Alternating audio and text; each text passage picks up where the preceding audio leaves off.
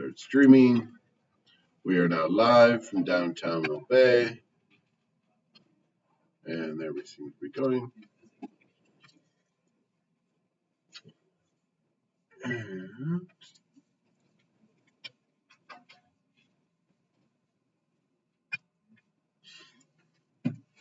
Okay, energy and reactions.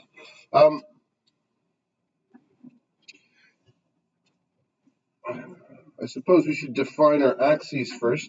Last year in grade 10, you were probably told the bottom was time, and it's still helpful probably to think of it like that. We call it reaction progress because time implies you're watching the reaction occur, and the way reactions occur is that molecules hit each other, and if they hit each other with enough energy, you get a reaction. But if you put time, that implies sometimes the reaction won't occur. Reaction progress is letting the reader know that this is a reaction in which the reaction absolutely has to occur in its ideal setting. So it's just showing the reaction step by step as opposed to time. It's a subtle difference. What kind of energy is in bonds? That is a form of chemical energy that the mitochondria produce, in which the energy is in it. But what part of it is it in? If you know ATP, where's the energy in ATP? You know that ATP is in. Are you in AP Bio? No, but I've done ATP. If you've done ATP, it's not glucose makes ATP. Yeah? It's potential energy. It's the energy. It's in the bonds. ATP, for those of you not in AP Bio or haven't heard of that, adenosine triphosphate. When we talk about the cellular respiration, that's the energy molecule your body makes. And ATP is used by every cell in your body. It's made in the cell. And the last bond for the last phosphate just happens to contain a lot of energy. So if you break that off, you can transfer that energy to somewhere else. And the next one can break it off as well. Interestingly, it goes from ATP, triphosphate, ADP, diphosphate. But if you break it off again because you need that last bond of energy, then you get AMP, monophosphate. And there's a ton of reactions that turn around if you have too much AMP going on, because that means you're starving. Your body absolutely requires energy and it'll trigger a bunch of cellular responses in emergency situations. I'm just assuming you would turn into the Hulk. So, potential energy.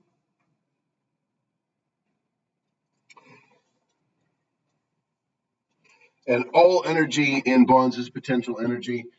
As we saw yesterday, day before, you can turn that into kinetic energy if you have enough left over. Now, if I'm going to make this into an exothermic reaction, I probably want to start here, and I'm going to end up, say, there. So we'll go along. Go up.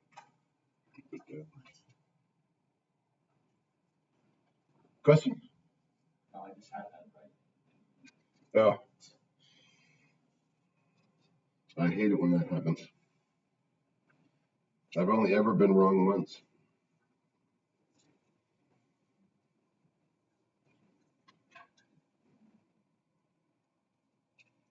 And my mistake was that someone said I was wrong, and I believed them. And it turned out I was right all along. I'm going to just do some dotted lines so that we can label these positions and do some calculations. I'm going to put some numbers in here. If this is a potential energy diagram, then we can put in some actual numbers. Let's make this one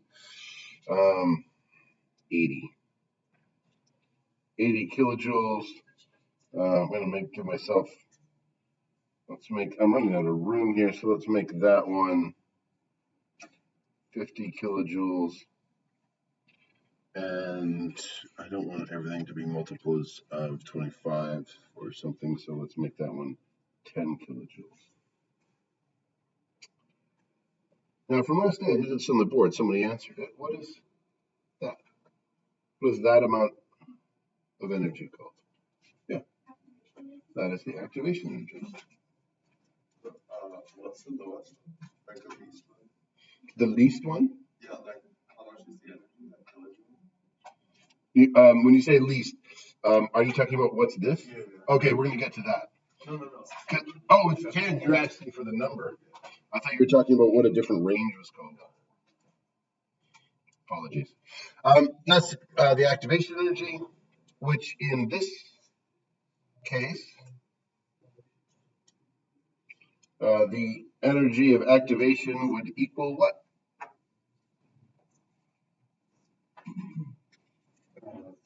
30. It would be 30 kilojoules. And this would be represented in our example by a match. We should probably also balance this equation. And that would put our reactants over here and our products over here. So those balloons would sit there forever, or the aluminum and iodine would just sit there and not react until we added enough energy. In the balloon's case, it was a match. When I added the water, it acted as a catalyst. And cleverly, what I did is that didn't actually add any more energy. What it did is the presence of water lowered the activation energy until it was present at room temperature. So the molecules had enough energy provided you got them to react in a different way. Putting them really close together with water allowed them to do that. What are the what? Oh, those are the reactants, 2H2 plus O2, and then 2H2O. Apologies. Probably a little too small.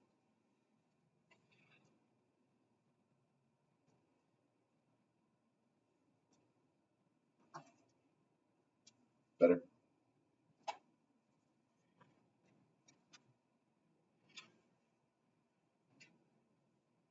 Now, we have the drop from the reactants to the products. So we have the distance from here to here. This is known as delta H. It's a change in the energy. You can think of H as heat, and that will help you remember the letter for it. Delta H is the change in heat. But how much does it drop?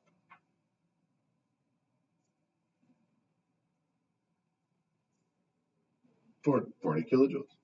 And because it drops, it goes from here to there. It actually goes down. I'm going to erase the arrow above because it's only going down. It's a drop. So it is minus 40 kilojoules. Delta H is known as enthalpy.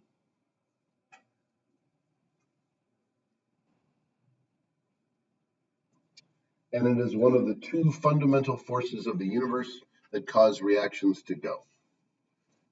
If you have an exothermic reaction, it's far more likely to be spontaneous because once you provide the initial amount of energy, you provide the activation energy, you have all of this energy coming out. We got out 40 kilojoules. That's more than enough than our energy of activation of 30 kilojoules. It can get that reaction to go again on its own, at least be spontaneous in that way. You can get spontaneous reactions that are cold. They're rarer, but they have to use the other force, randomness and entropy. We don't discuss entropy in Chem 11 too much. I don't know why. Yeah, where's, oh, there it is.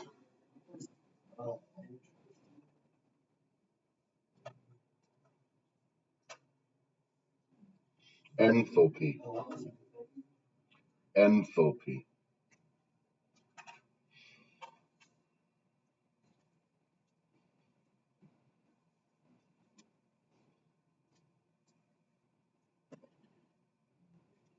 And enthalpy is defined as the energy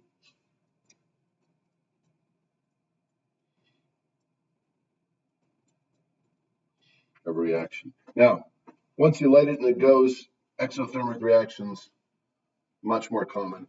We saw two of them yesterday. I'll be able to show you the reverse kind, hopefully today or tomorrow, depending on what we have time for after the notes. Get you a couple examples. But it is not common to the point that it seems a little weird if you wandered around and you could, light something and then cool your hands by the fire on a hot summer day, a source of cold. We can't get those with cold packs, which will do it for a little bit as long as you keep the chemicals there. It's going to be much similar to the reaction I show you up at the front. What's going on here? So this, you've just said the magic word, is an exothermic reaction. So these are the definitions. So I'm going to put it up here. Exothermic. Gives off energy, heat, light, sound, and so forth.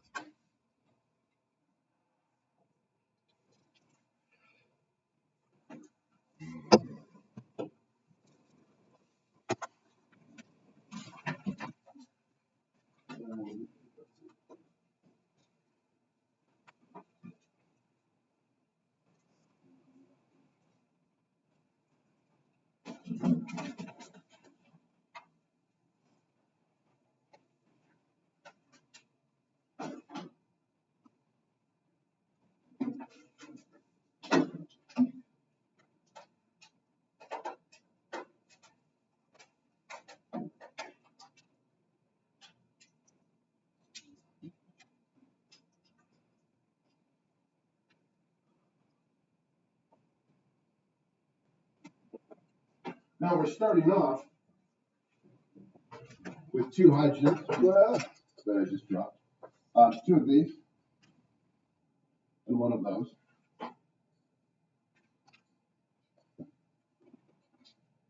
And in order to get from one side to the other, why does this part exist?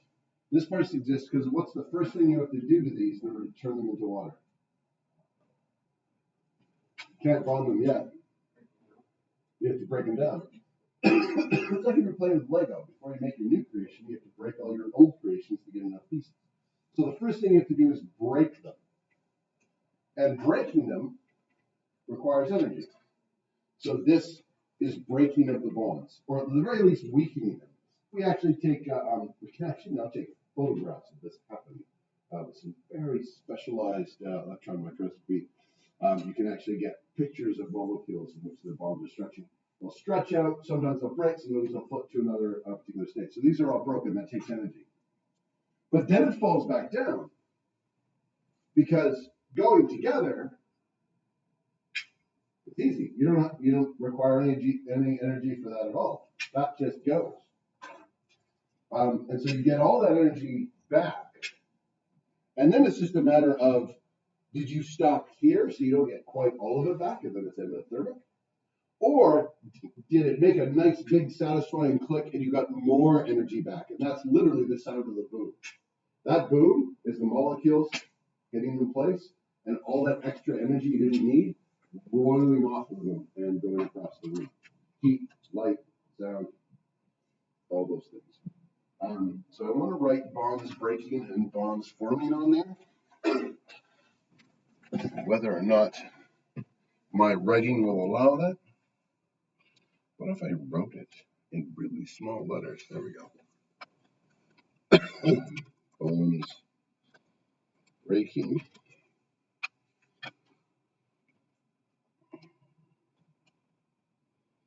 Nice.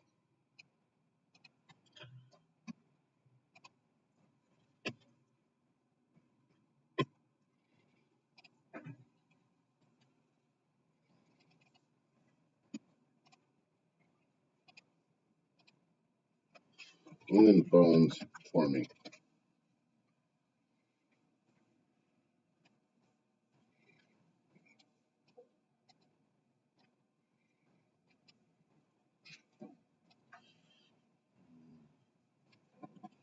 Now this reaction is exothermic. So our products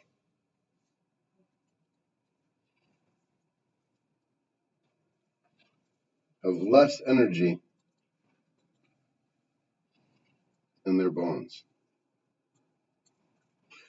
They had this much energy, now they have far less energy. Water is a really stable molecule.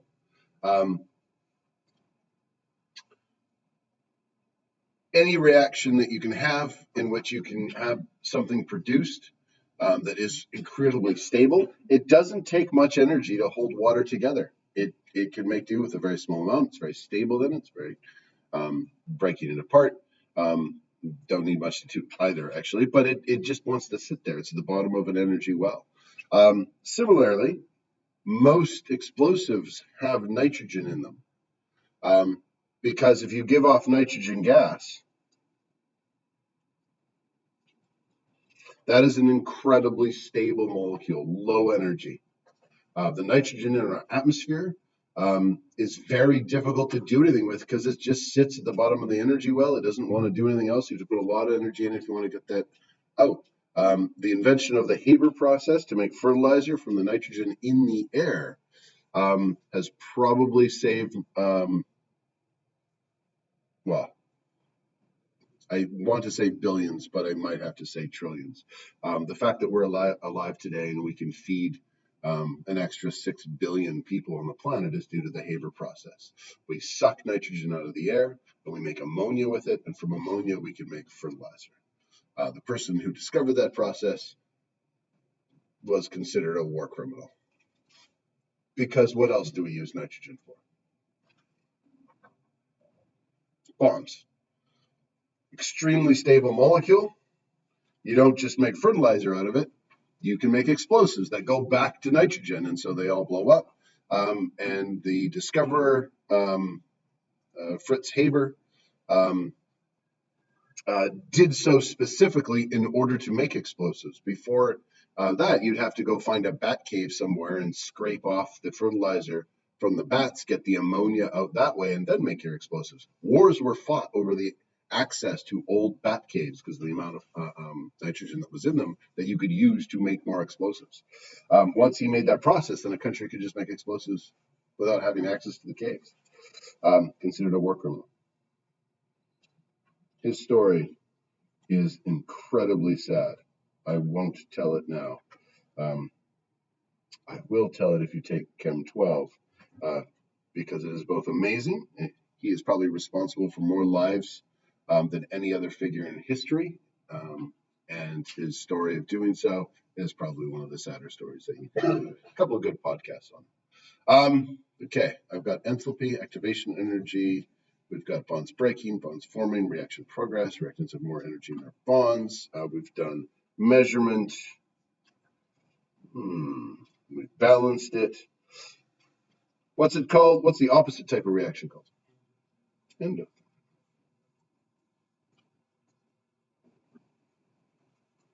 So given all of this,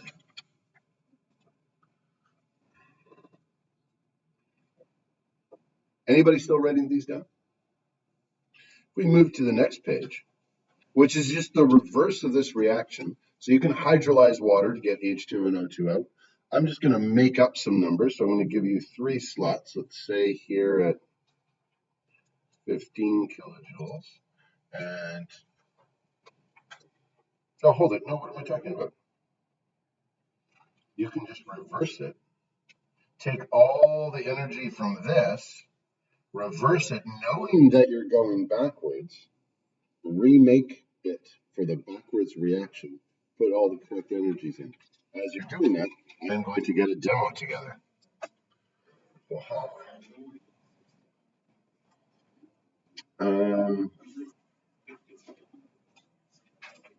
Let me get.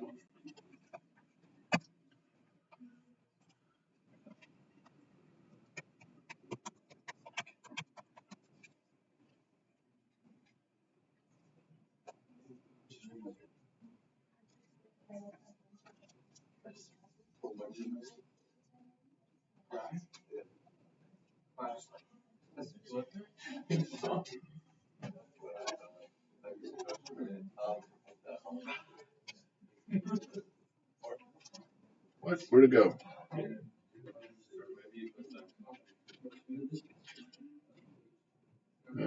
Curriculum. Do consult with those around you. Don't try and do it on your own. Where's Hebden?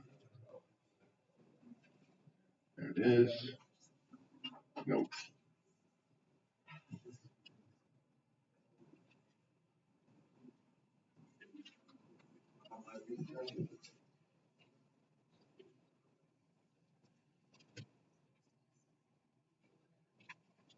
Nope, that's not it.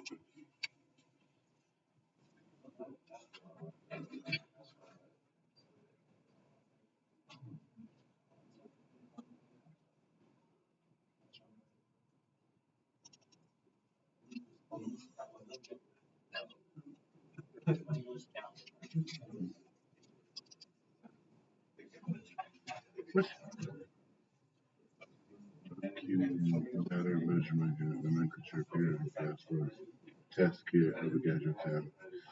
Chemistry, frequency, experiments.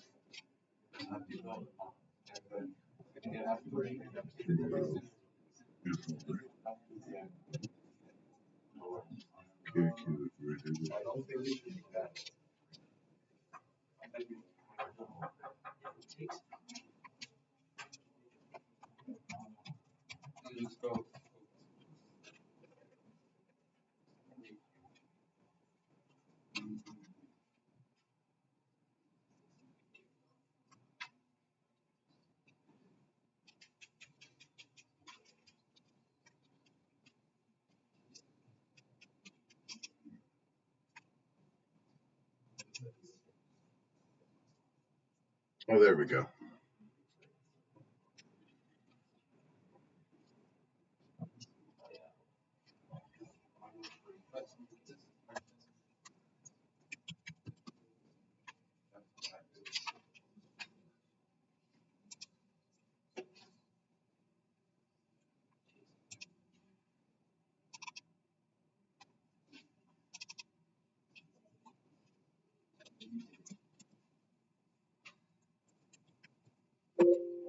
No.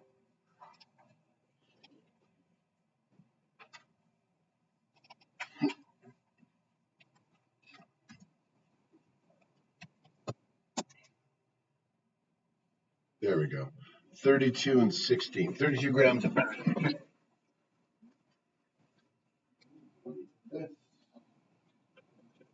And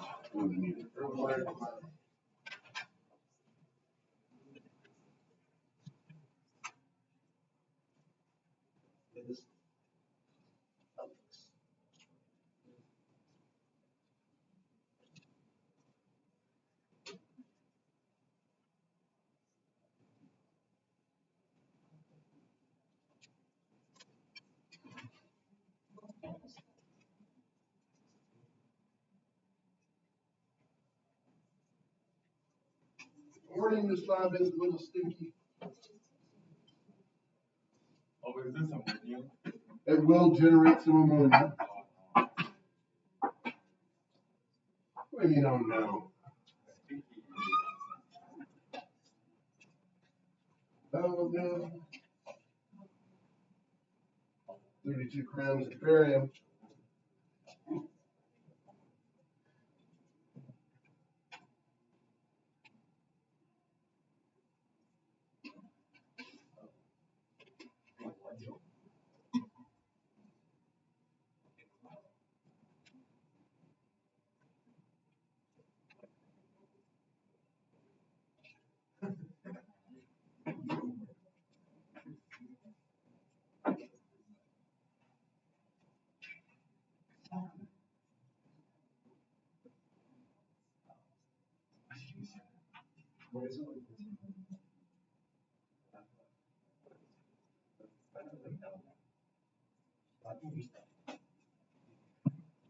Oh God. Oh, gosh, Sharpie up here. We have BaOH2.8H2O. If you could name that first one.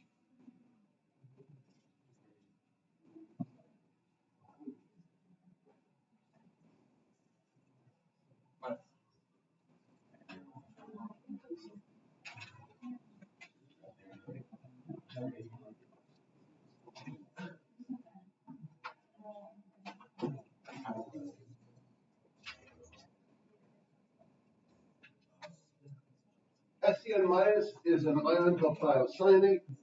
Got that. And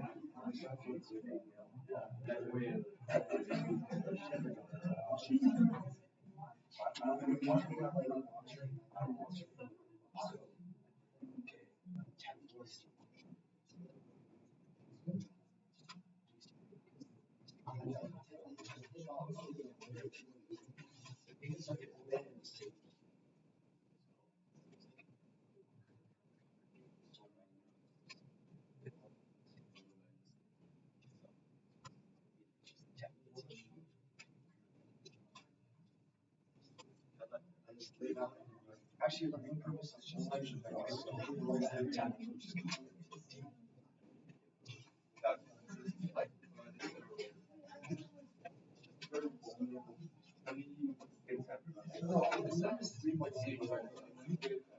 Okay, if I can get attention. Can I do the demo now? Anybody know the name of this? Barium hydroxide. Octahydrate. So it's got that octahydrate on it. That's going to play an important part of this. And then you don't really, I don't think you have this particular ion on your ion chart, but it's just another ion. This is thiocyanate. I'm going to mix both of them together. A little lot here, so you can see what's going on. Now, I would normally say this is kind of an unusual reaction because we've got two solids. Two solids often don't want to react because they don't have very much surface area.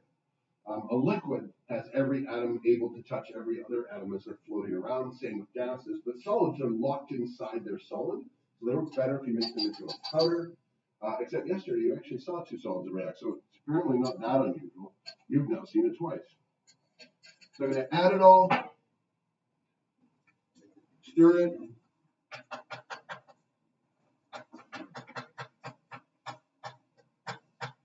Got to make sure you get all the chunks because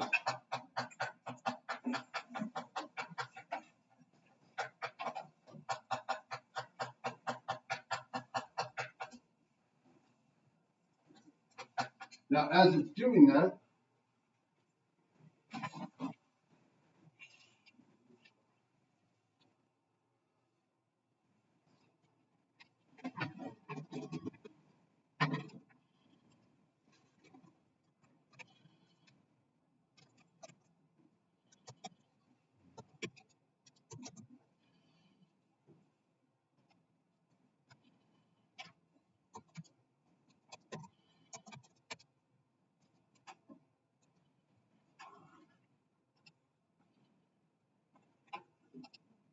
see if I can pull it up. There we go.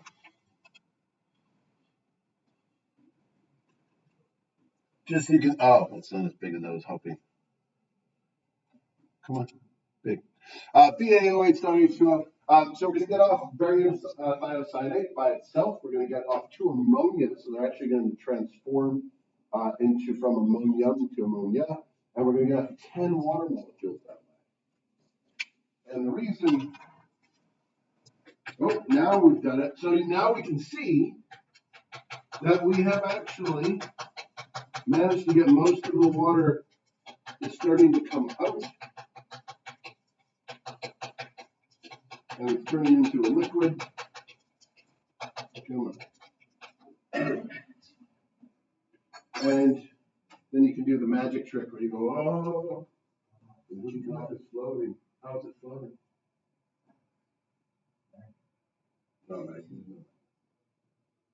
as I come around, this block may fall on you, so don't put like your head on it. But feel the bottom of the jar.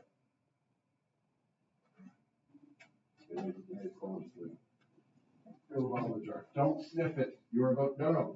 What? The bottom of the jar. Just go like that. Go like that. Just feel the bottom of the jar. What does it feel like? Oh. It is freezing. What I cleverly did is I put some water on top of the block, and then as that reaction occurred, it froze itself to the block. Do you want to die? No. You didn't even start wafting. Oh, you can waft it. He was just gonna stick his nose over and smell it.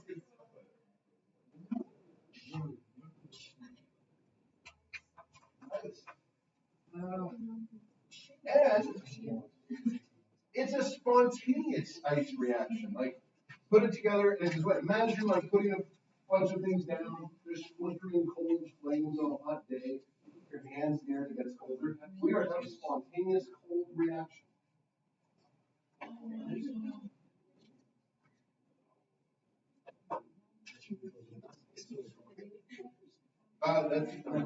They just put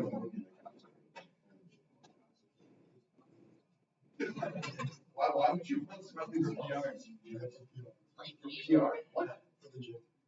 How would that help you? No, but ammonia is actually not great for people. Like, I wouldn't want you to do it all the time. So this reaction, hopefully you've drawn an equivalent of this in there for our reverse reaction. But before we get an exothermic, this is going to be an endothermic reaction in which we go way up, and then it stays up. So,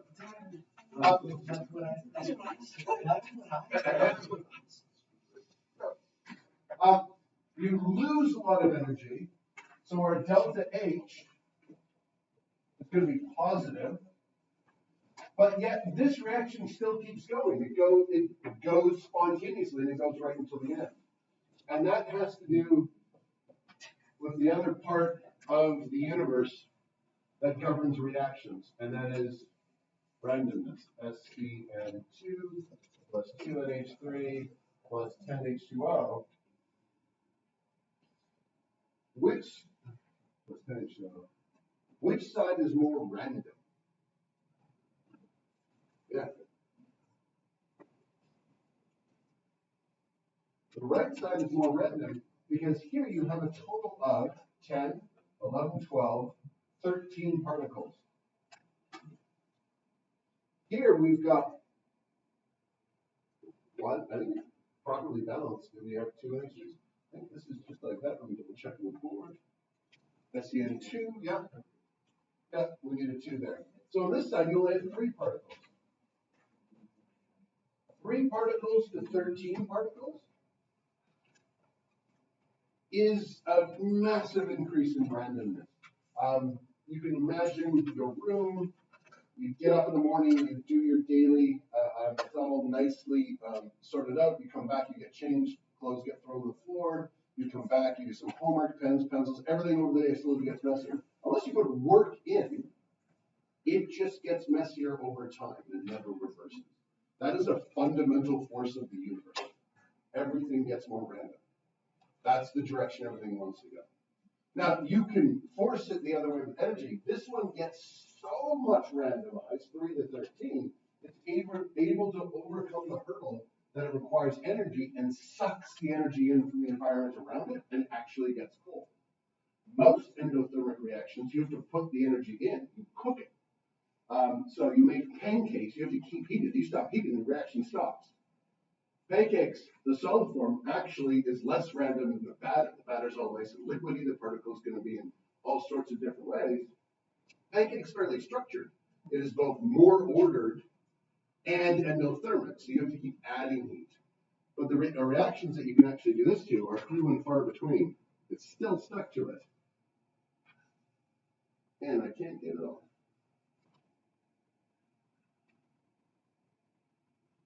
And now I'm just hurting my hand.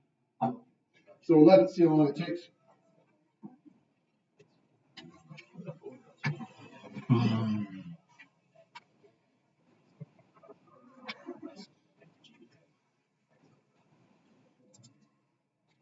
So we got 80, 50, 10.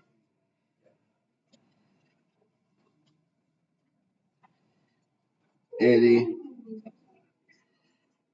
50, 10.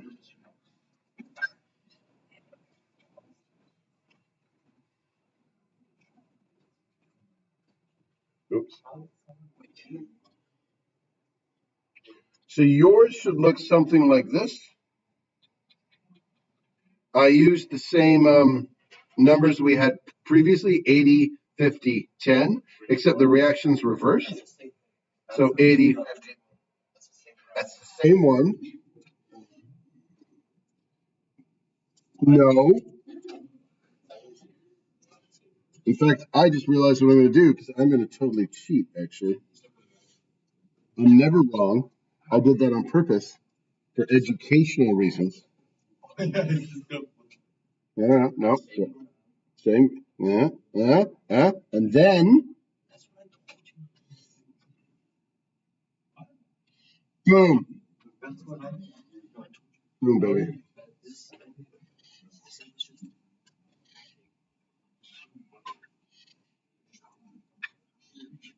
Now, where is the delta H on this?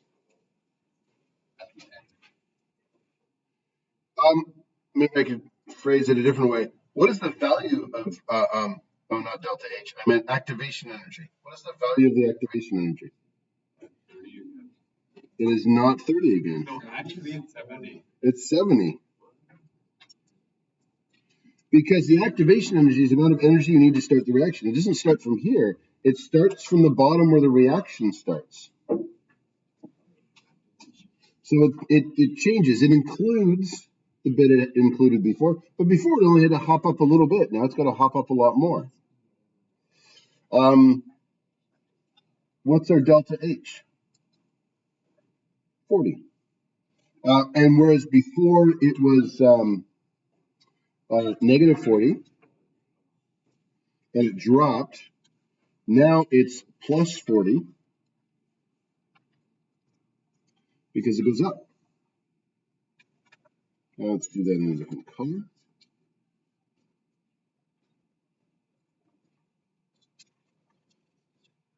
You have 40 more kilojoules in the bonds. So the environment has 40 less kilojoules, and the environment just got colder. Or you had to get energy from somewhere and put it in.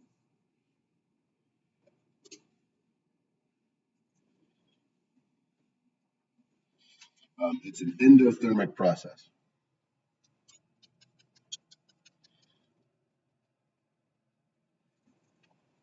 I don't normally listen to Joe Rogan, but when I do, he never seems to know what he's talking about. I heard him talking to Neil deGrasse Tyson. It was just a clip. And he was like, there's a conspiracy. There's all this water in the ocean. Why don't they just take the salt out of it? And Neil deGrasse Tyson is like, you can. People do that. It's just endothermic. It takes a lot of energy. So it just takes energy. Yeah, and that costs money. So they could do it, yes. But they're deliberately not doing it. No, who pays for the energy? And he never got it the whole time. It was very amusing. Endothermic processes require energy. You have to do something. So either you're providing the energy by turning on a stove and cooking it. And we cook things in the lab all the time. Either you have some sort of burner, or you're boiling it in water, putting it in a heat bath. There's tons of reactions that you're adding heat to, and they're endothermic. You need them to go. Or you have to do safety procedures to deal with the fact that energy is going to come out. The most dangerous reaction I ever did, I had to make a type of butyric acid. For a procedure I was doing, I got hired in the summer at the University of Victoria in between going to class to do a particular reaction. I went to the store, their chemical store, and said, my professor, I'm doing a project for them. They need this particular things. And they're like, yep. Oh, we're out of this.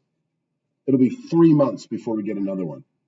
I was like, I'm not working. Summer's 2 months long. Like, I'll be long gone. He won't need me for the project anymore. I've taken third-year organic chemistry. I can make it. So I looked at the procedure, and the procedure, all stuff on how to make it are in journals, chemical journals. You want to know how to make meth? Go to a chemical journal. It'll tell you exactly how. You want to make LSD? Go to a chemical journal. I have a book. Maybe I'll bring it to class one day. It's by Professor Buzz as a name, and it's just filled with all the papers on how to make drugs. And they're all just from the Journal of the Chemical Society, like they're regular papers. Somebody at one point figured out how to do it, published it, got credit for publishing it, and moved on. They're all publicly available. I went to the book, looked up how to make this, and I was like, yeah, that's great and all, but I need 10 times more. So I just scaled everything up like you would in baking, multiplied everything by 10, and worked. And what I forgot about was the delta H. Because if this delta H here, where do I state the delta H on this? Did we state it on here? Yeah, there we go. Minus 40 kilojoules. If I multiply that by 10, what do I get? 400 kilojoules. So whatever reaction I was doing, it gave off a certain amount. And the safety procedures for the lab was like, have this and this amount and this thing, and you heat it up to begin with, and then it will start to go spontaneously. And for a tenth of the amount, that worked. For 10 times that amount, the amount of heat given off was enough to melt glass. So my reaction mechanism in the bulb started to melt and cave in on itself on my lab bench. I had to grab the whole thing. I threw it into a fume hood to break the glass, spread out the reactants so they're not near each other and they stop reaction, and spent about a month of my 2-month hiring slowly cleaning the lab hood whenever somebody wasn't looking. It was summer session, not as many classes. Nobody knew I did it. I just cleaned it up while I did other things on the side, and then made that exact same thing in a different classroom in small bits at a time until I had enough and then completed it. Everything here will multiply. If you increase it by 10, you'll get 10 times more energy out. If you increase it by 10, you have to put 10 times more energy in. When we do these reactions, we're assuming mole ratios, 2 moles, 1 mole, 2 moles. But you can multiply everything by 10 and get 20 moles, 1 moles, 20 moles. And the same will go for the energy.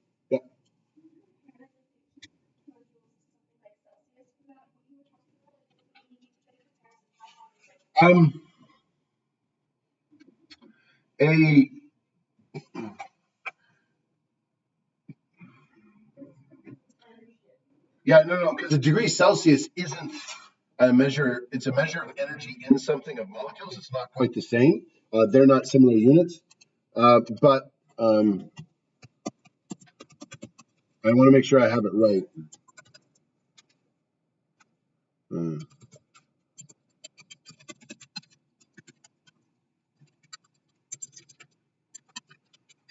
Because I think I'm remembering a fact that would help. Okay. The specific heat of water. Yeah, I'm glad I looked it up. I had the totally the wrong amount. So you can take a kilogram of water. A kilogram of water is 1 liter. So you can imagine 1 liter of water. If you increase the temperature of that water by 1 degree Celsius, you will have used up 4,190 joules, or 4.2 kilojoules.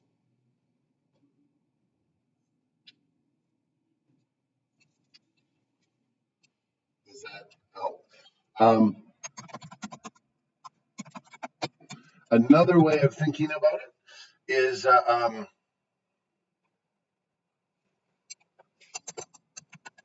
want to make sure I have this one right so I don't misspeak.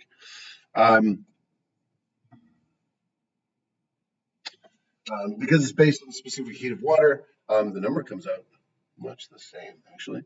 A calorie is 4 joules. It's actually 4.2, but does that make sense? No. Okay, none of those help. None of those help. I'll try and come up with some other ones. Okay, anything I'm leaving off of here? We've labeled all of that. Yes. How much what? Oh, I don't know. I just know it started to melt, and then I freaked out. See, my problem was I didn't look up how many kilojoules was supposed to come out. I just did the reaction. So what you're looking for is the temperature. What temperature does melts glass? At what temperature does lab glassware melt? 1,700 degrees Celsius. I remember. Where's the?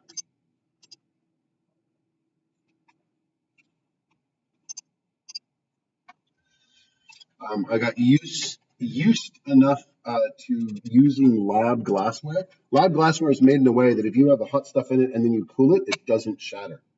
It's made, Pyrex used to be like that, and then they changed how they made it, and it's no longer like that. So if you've heard stories of Pyrex glass, you can go straight from the oven to the top and it doesn't shatter. That is no longer true and hasn't been true in about 2 or 3 decades.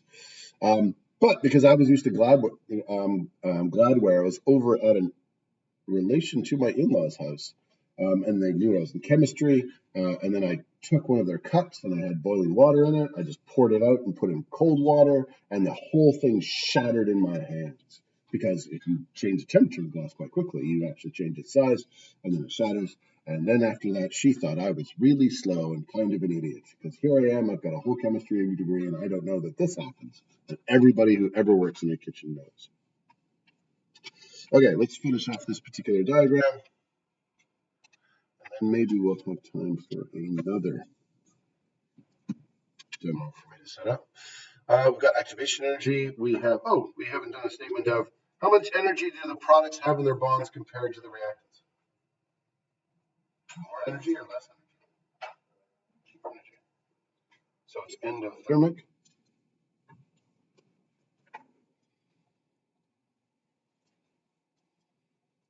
Products have more energy in their bonds. And they had to get that energy from somewhere. They had to suck it in from the environment.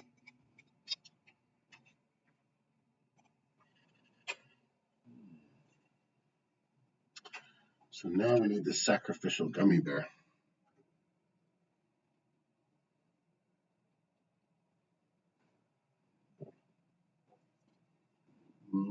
Balancing. Okay. Good. Now, sorry. Anybody not done here? These are just some tips and tricks for balancing. Balancing is sort of the guess and check method, in which you're trying to gauge the number of compounds on both sides. Trial and error will work. It's a little inefficient. It's probably still faster than the algebraic method I may show you.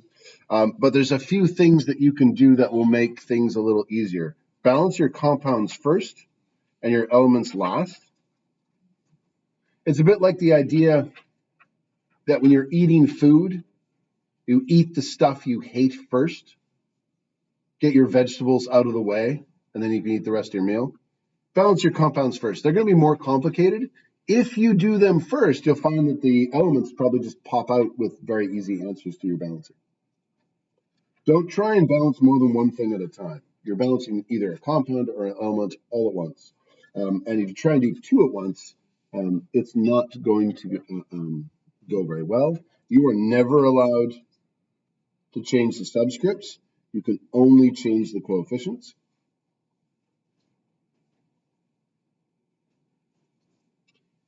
If you say hydrogen and oxygen, balance them last.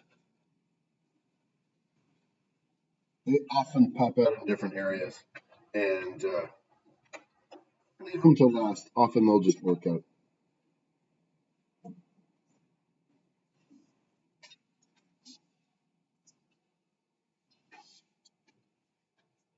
Okay, Dylan? Oh, okay. It's still a little chillier today. There's a cold front moving in. Polyatomic ions can often be balanced as a whole group. And now I'm going to show you,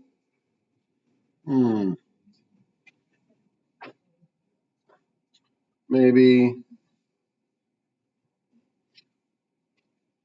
Now I asked you to, I think I asked you to balance these 5 last day. I'm going to do the last one. I'm going to show you, if you find balancing difficult, I'm going to show you a method that was introduced to me a couple of years ago. And that is when draw a line down the center. And let's say we're going to do carbon. Then on this side we have 6 carbon. And on this side we have 1 carbon. Well, if we have 6 on this side and 1 on that side, what can we do? Well, we can't just add 6. Right? Times it by 6. So we're going to times it by 6. That'll change this to 6. And what I'm doing here is I'm just drawing a little, almost like a teeter-totter, where I'm saying, okay, I'm going to do, and you could write carbon here, and then hydrogen there, and oxygen there, and use the numbers that way. Say students do it in a variety of ways. But if you like to keep track, if it's confusing, this is a great way to do it. Now we've done carbon. Oxygen is in more than one place. So I'm going to leave the complicated stuff to last. Hydrogen's here and here. So I'm going to do that next. That's easy. Do the easy stuff first. So we've got hydrogen. We have 14. And on this side, we have 2 hydrogen. So what should we multiply this side by? 7. Great. Keep it 7 there. Oh, look, I've got 14. Did I change anything else? I didn't change the carbon, so that's good. Now I have 2 oxygens on this side. How many oxygens do I have on this side? I have 19. 19 oxygens. I have 12. And I have 7. What can we multiply this side by to get 19? Pardon? 9.5. So you can just put 9.5 here. No, you can't do that. You know that. You can, but then you immediately have to change it. So this is a good intermediate step. Now I've got 19 on this side, 6 and 6, 14, 14, 19, 19. Is it balanced? Yeah, it's perfectly balanced. If you use that in calculations, it would work. But the standard in chemistry is to balance everything with whole numbers. So you're not allowed to leave fractions. So multiply it by the denominator.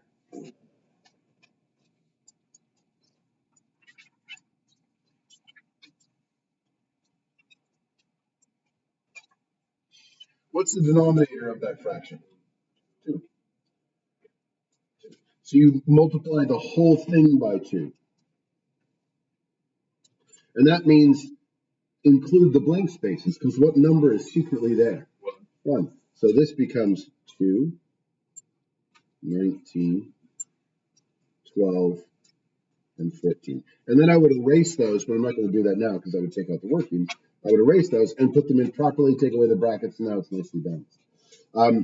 You can get at it not doing that process, but it can be, I don't know, a little tricky to get there.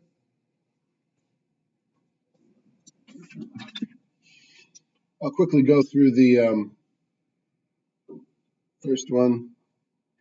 Let's see. Still in balance, the first one. Yep.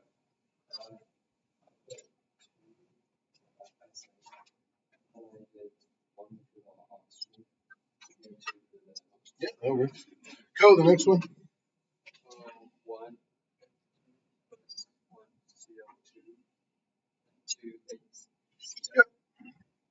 Luke, number 3. 1 3 2. 1 3 2. You don't have to write in the ones. I'm not going to mark you wrong if you put them in, but you don't have to. And Chloe, sorry. No worries. Eshwan, number 4. The first is just 1, then 3, Then 3, then 3, then 3, then 1. then 1. Does that work? 2 3. I don't think that works. It was a good try. However, we ended up here. You've got 3 sodiums and 1 sodium. You've got 6 hydrogens and 3. So let's pull this on down. Na plus H2O. Na plus H2O goes to NaOH plus H2. Do the same thing. Let's start with Na. We've got 1 and 1. 1 and 1. Oh, that's a better way. I'm going to put the one in between. Oxygen's only in one spot, so I'm going to put that there. And I've got 1 and 1. Oh, great. Oh, this is going to be easy. H, and I've got 2 and 3. Well, that sucks. So what could I do to make these numbers go together? Yeah. Times 2 by 3 by 2, 6. Times 2 by 3. So this. Sure. What number do I put in front of here? 3. When I say 2 by 3, say 3 in front of the H2O, and it's a little bit better. What should be in front of the NaOH? So you said I put that, so now I've got 6. You know, what do you do on this side?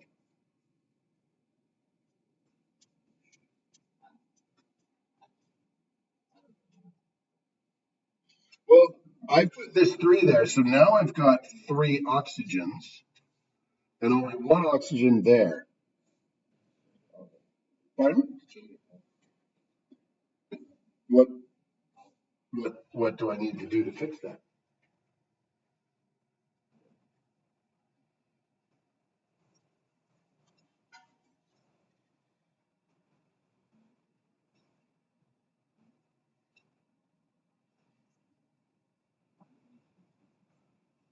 We could do 2 to 2. I'm just asking, if I put a 3 there, what do I have to put on this side? Because if I change this oxygen, what do I have to do to that one? 2? This oxygen is only here, and this oxygen is only here. So these 2 numbers always have to be the same. Oh yeah, I think so. I think by going 3, you overshot it by 1, and then you'll end up doing something that will go poorly. But whatever you do, don't forget to change on those. So if you put a 2 there, what do you have to put here? 2. So this method, go back. If that's a 2, then this also has to now be 2. You've got to fix those. But now we've also wrecked this. Now we have a 2 there. So what do we have to do? Add 2 there. So put a 2 there. Now we've got a 2. Now we've got 2. How many hydrogens do we have on this side? We have 4. And on this side we have 4. So 2, 2, 2, 1 works. 2, 2, 2, 2, 3 is just a little ambitious. This is the reaction we did in class. That's the cold reaction. Here's some more to finish off. And oops. Oh, I put them the wrong way around. There we go. And then the algebraic method. What have we got?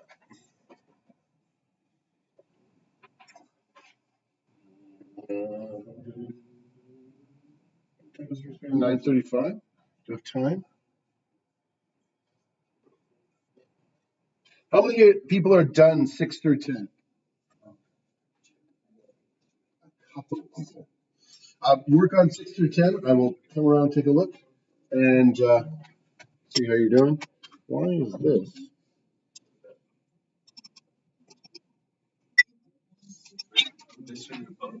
What was the 4th one? 1 second.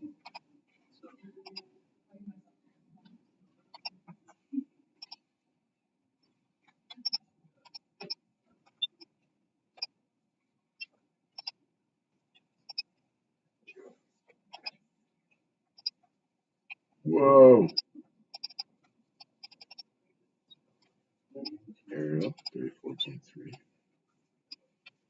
Arial, 34.3. What's going on?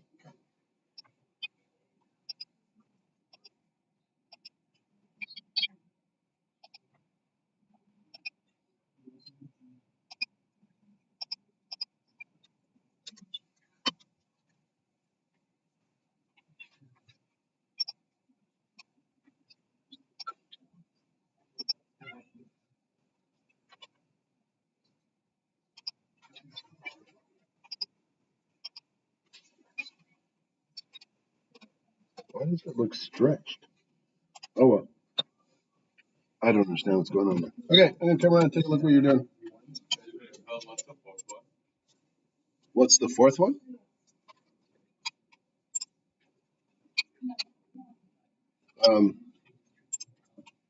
That one?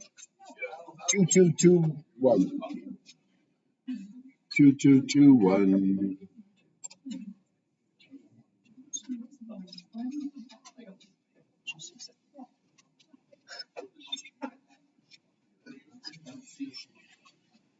Hmm.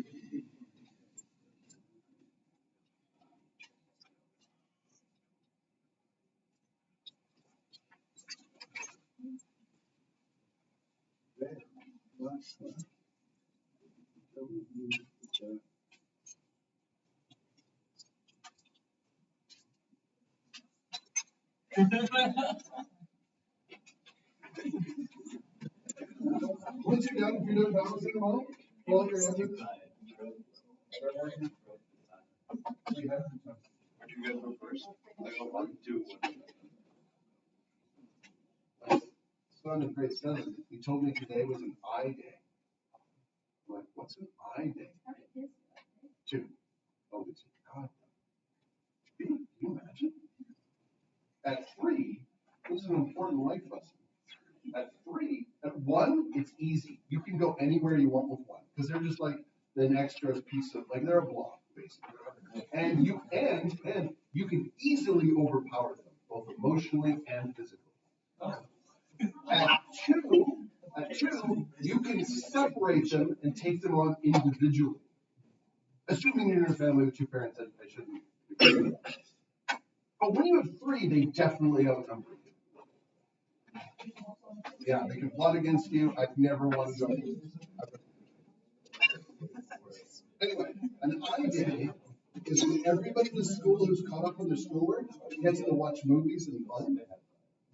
And if you have an eye in any one of your classes and you haven't done all your homework, you have to go to potentially work. So Chris basically has the whole day off.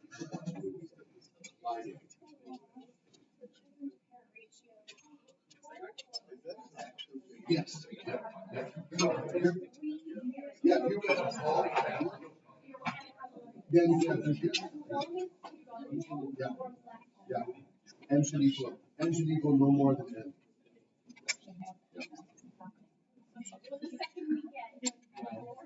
Oh, yeah, this is the change.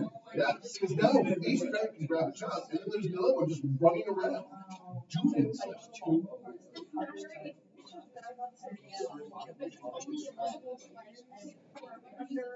No. I remember a conversation. I was over here and they were watching, and the rest of the people were like, one mom was like, oh my God, these 42 babies are so hard to handle. The other mom was just wait till they get to the toddler stage. They actually walk, they so much stuff. The other mom was like, I have teenagers. You would not believe what I have to deal with. I wish they were still the baby stage. And then this woman who's been quiet the whole time pipes up and says, my son just turned 35 and he's never been worse. So no, it never ends.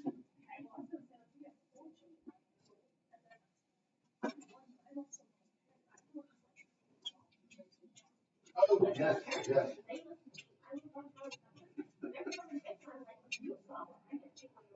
I grew up in a family of 4 brothers. Yeah, you definitely, at that point, you definitely could drive over the children. Put them in charge.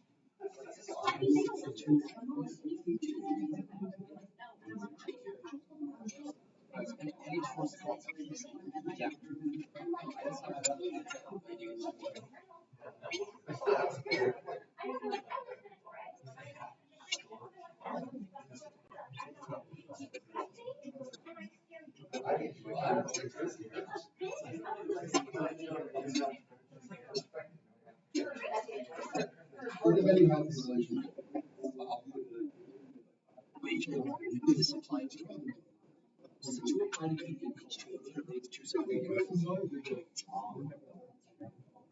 relationship. Oh, yeah, okay, try that one.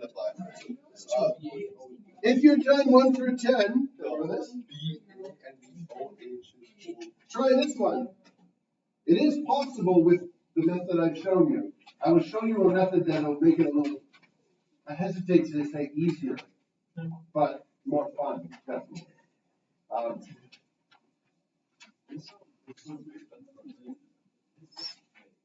you at number 10? Oh, sorry, I thought you guys were finished about that one. That one on there. Yeah, yeah. So it's two. Oh, yeah, it does, yeah. So it'd be 16. Yeah, yeah. It applies to the whole thing. Yeah, I wouldn't double check.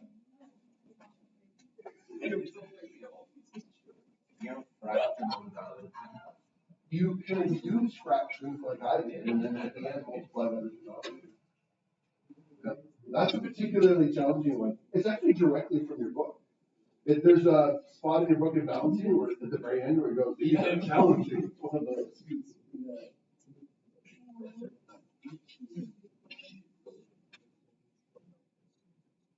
It's only for the nitrate, yeah.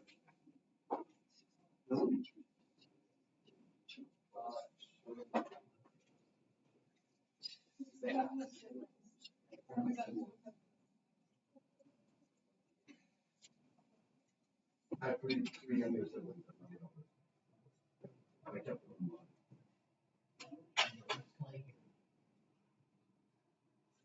I'm not sure how fair that is. You know, when I think back, I was in charge of them. I probably wasn't like I tortured my younger. Oh, for that. Absolutely. Yeah. I was the older brother. Yes, I tortured them. There was a pool. I was fair. I could have taken dinner. Pardon? No, because if both of them do, you don't really win the illusion. Yeah, become the thing. No, they take them dinner. Why would you? We didn't have enough dinner overnight. We didn't leave enough of the frozen pizzas. So what I did is I just increased the spice level. So it's difficult to eat. So that they ate less. I did that too. I just didn't have dinner. We were told that we weren't allowed to use the pool unless they were quiet. So my brother Scott couldn't shut up to save his life. Would be like, Scott, if you talk, I'm gonna dunk you. He'd be like, what? And I'm like, whoosh.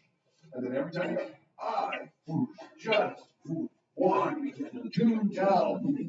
And he just went down there, so he did it. Yeah. I'm pretty sure he did.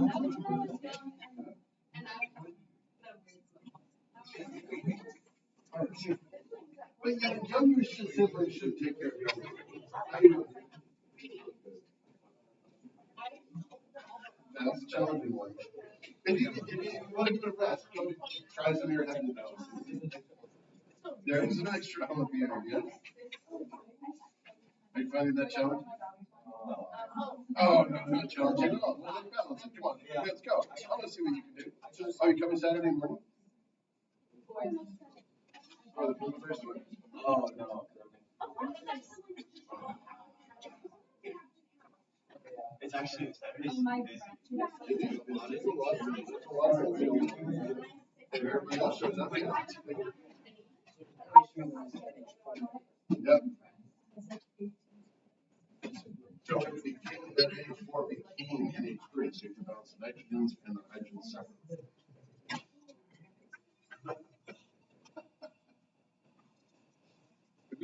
Jumping. Did it unfreeze? Oh, it finally unfroze. Ooh, still fairly cold.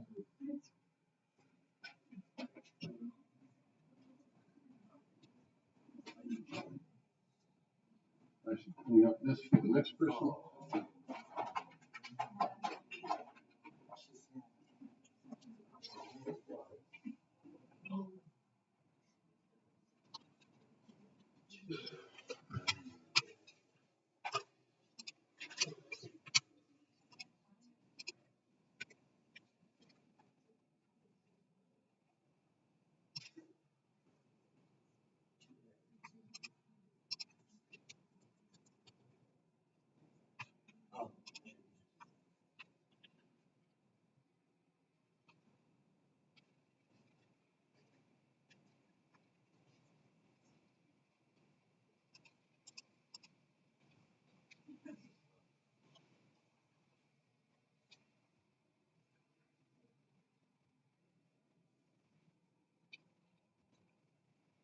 What the?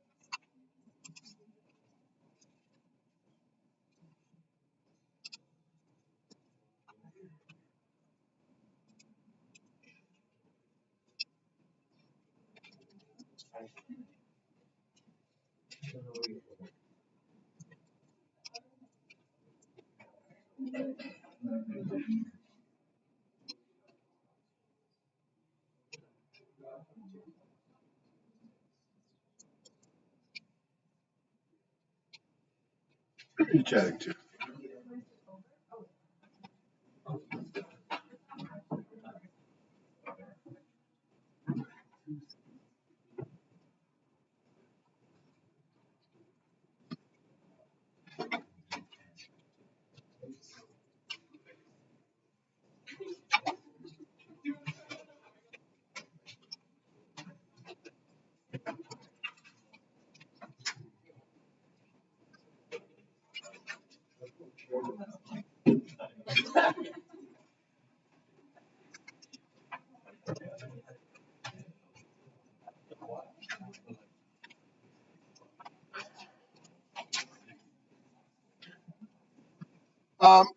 This is probably slightly out of order. We have one section left to do in reactions, types of reactions. And we've done the endo-exothermic, we've done the energy diagrams, we've done balancing, writing, reactions. So next test will be all of concentration, all of dilutions, all of moles, molarity, grams, all that stuff, and reactions. And then after, so we'll probably announce the test next week. The next test will be on everything you had on the last test, plus dilutions and concentration, plus reaction. Because the next section after stoichiometry uses all of the into reaction. Yeah, we started over. We're just using moles.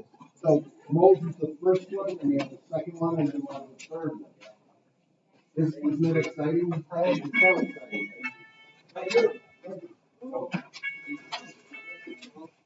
But Mr. Yeah. I am still marking them, but I'm nearing. I've been meaning to be completed every day for the past few days. But I am near completion, and you will get it back before we write the next step, so you can see how you did. Yeah. Yeah. Yeah. I'll going back. Ideally, you're supposed to email me on Wednesday, the Wednesday before the week. Are they? Yeah. Oh. Because we have to organize it. Are they picking it up? Yeah. You don't need a fair, like a rapid ferry. That makes it a little easier. So we have to organize transportation. We're too late for that. Oh, yeah. But if, so can you get them to email me today? When Yeah. When are you going? I'm going on Saturday. Okay, so After sport. after sport on Saturday, that makes it even easier. So it's Yeah. not today. Yeah, yes, yes, get them to email. Yeah, thanks. Did you? 16, 4, so 3, 8, 3, 2. It might be right if my memory is correct.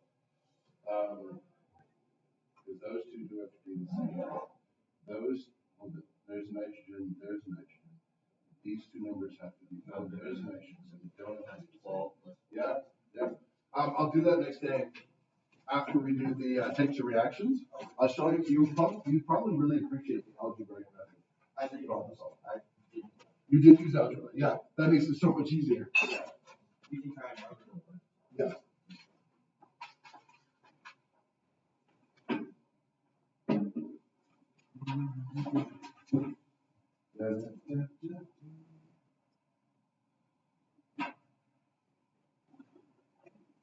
You're welcome.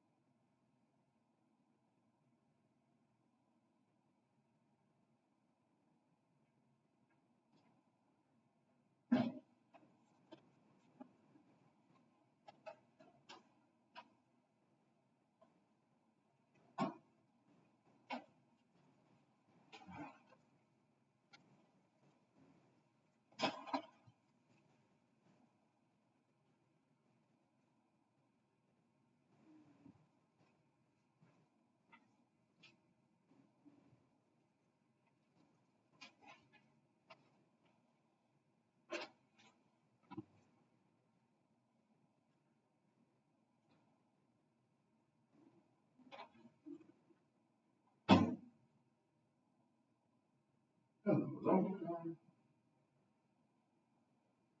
Wow. I think I'm falling behind. Oh, I did things in a completely different order. So have you done like atomic theory, quantum model? I think I really did it. Yeah, I did none of that. My plan, I asked Emily, and Emily was like, "You can do whatever you want, I don't care." And Ken was like, "Okay."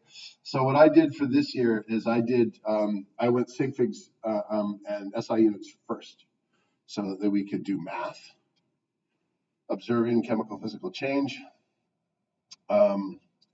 separation, then nomenclature, and then directly into the mole. So they've done all the math. They can do calculations. They can do concentration. Now I've gone into reactions. And now we're going to do stoichiometry. So moles, reactions, and stoichiometry becomes a big unit test, which seems to go together. And then my thought was, all of the stuff like atomic theory happens in the third term or near the end of this term, like over there, when they're missing everything. And it's a bit of review from last year. And they don't miss as much practice with the math in the classroom. I want their math out, because that's the part that at the end they're always like, so I tried it out this year. Because periodic trends you can learn, and you don't, like, it's not detailed calculation, it's something, concepts you have to learn. So I'm trying to save that stuff till last, seeing if it'll make a difference with our improvement schedule. And like an interesting Yeah, let's see. Look at this. This is cool. The grade 10s are going to do this. So cool. So yeah, they take their DNA strand. This was on like from the Utah Center for Genetic Education or something. You put in your template. You have a whole bunch of little tRNAs. Oh, I didn't have tRNA, so they didn't have it. They mentioned it in the instructions. You take your mRNA. You have to write in bases. Yeah, and you pull them all on, and you put your mRNA where it starts. Is it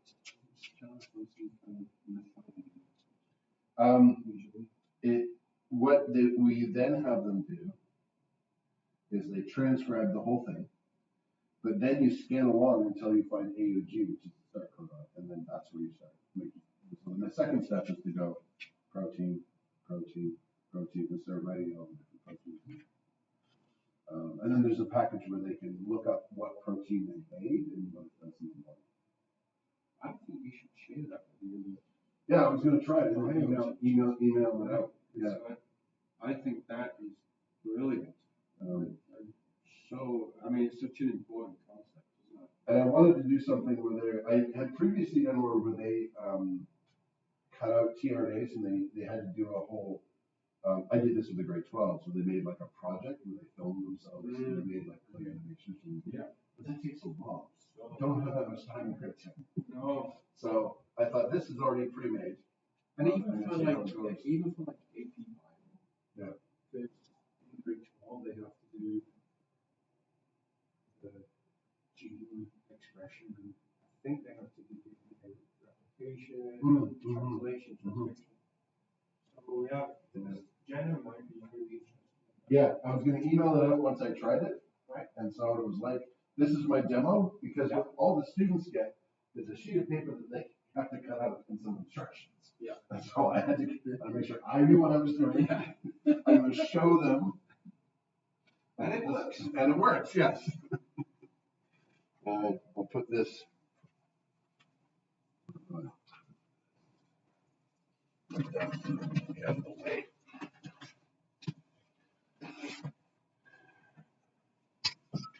And I'm going to go to the school store right now and see if I can get some tape and scissors for that project. Actually, maybe I should show Jenna now. We have some scissors, so they're really big. And for this work, I found it really difficult. We have 3 things to take. Ooh. You got small scissors. Do they? Not just knives? Well, you don't have to do it. There's second kits. 8, yeah. Well, I only could find those 3 clear tapes. Masking tape I used last night, but I found that